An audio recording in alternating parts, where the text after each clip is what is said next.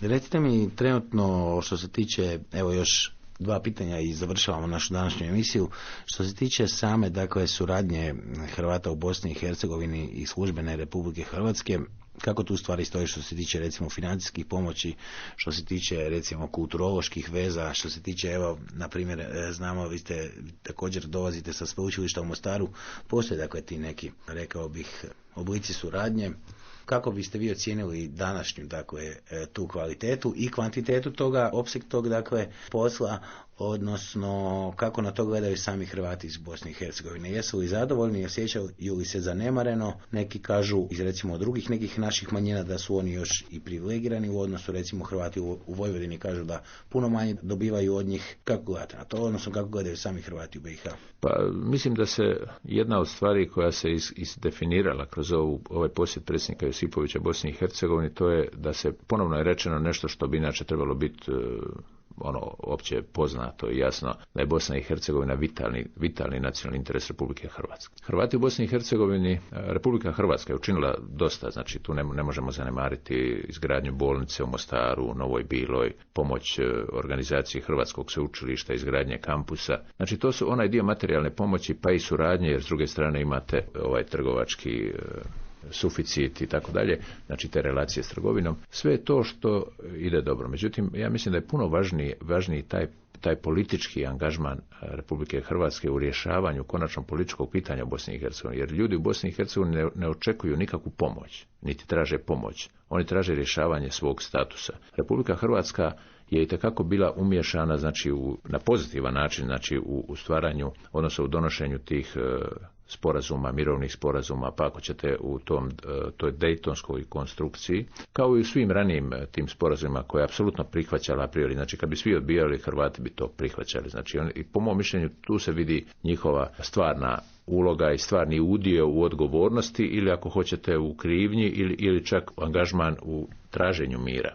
Dakle, Hrvati u Bosni i Hercegovini očekuju od Republike Hrvatske angažman u rješavanju svog političkog problema i pitanja. Na isti način kako su recimo sudjelovali u donošenju odluka kod Daytona, tako očekuju da će sada sudjelovati ili utjecati na donošenje odluka kad je u pitanju nova nekakva, po mom mišljenju, neophodna, pravedna konstrukcija Bosne i Hercegovine. Ona uključuje dvije mogućnosti. Znači jedna je potpuno, znači otklanjanje te entitetske podjele i recimo stvaranja nekakve drukčije Bosne i Hercegovine koja je malo realna, a druga je onda stvaranje tri entiteta za tri naroda, kroz koje će svaki od tih naroda moći svoj identitet do kraja afirmirati, artikulirati, ostvariti svoje interese i naravno graditi jednu bolju Bosnu i Hercegovinu. Da.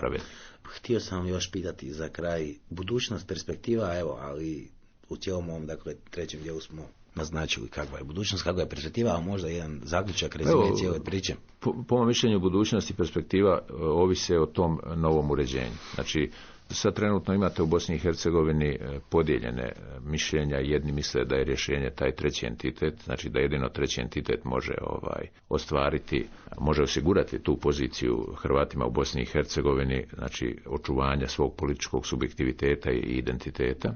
Drugi pak misle da imate čak, evo ja sam čuo od bivšeg predsjednika, kako bi to, uništilo Hrvate u Bosni i Hercegovini. Ne vidim da je to Srbe uništilo, to što imaju entitet, dapače. Mislim da su time ojačali svoju poziciju, dakle ne bi uništilo ni Hrvate, s tim da jedan dio Hrvata koji možda misle da oni ne bi ušli u taj entitet se osjećaju, imaju zazor prema tome, osjećaju se ugroženim, na neki način pogođenim i misle da bi to njihovu poziciju otežalo. Mislite geografski ne bi ušli u identitet? Ja mislim da to ništa ne znači, da ne bi njihova pozicija bila nimalo otežana, dapače, da bi tek onda se poštivalo njih, da bi oni preko tih entitetskih institucija mogli ostvarivati svoje interese, dobiti, neću reći pomoć, nego osigurati mogućnost organiziranja. Znači, evo kad uzmemo samo u obzir medije, kako danas govorimo na Hrvatskom radiju, Hrvati u Bosni i Hercegovini nemaju svoje medije.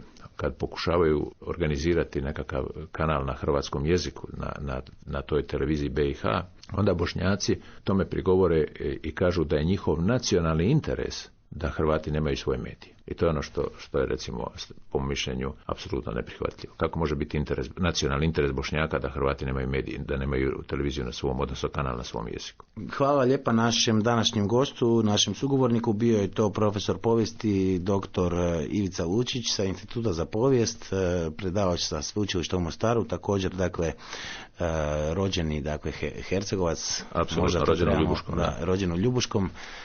Svakako da to trebamo reći, makar naravno ne bi bilo korektno reći da se na bilo koji način zbog toga pristrani. I jednostavno naša pozicija od početka i želja je bila iz kuta dakle jedne činjenice, iz jedne povijesti, iz jednog dakle znanja, onoga što jest iz objektivne neke perspektive predočiti našim slušateljima danas položaj i situaciju Hrvata u Bosni i Hercegovini. Zahvaljujem i vama, cijenjeni slušatelji, na pozornosti. Bilo bi to sve u današnjoj emisiji Gost Glasa Hrvatske. S vama u društvu također su bili tonski snimatelj Tomislav Šamec, glazbena urednica Iva Matić i ja sam urednik i voditelj emisije.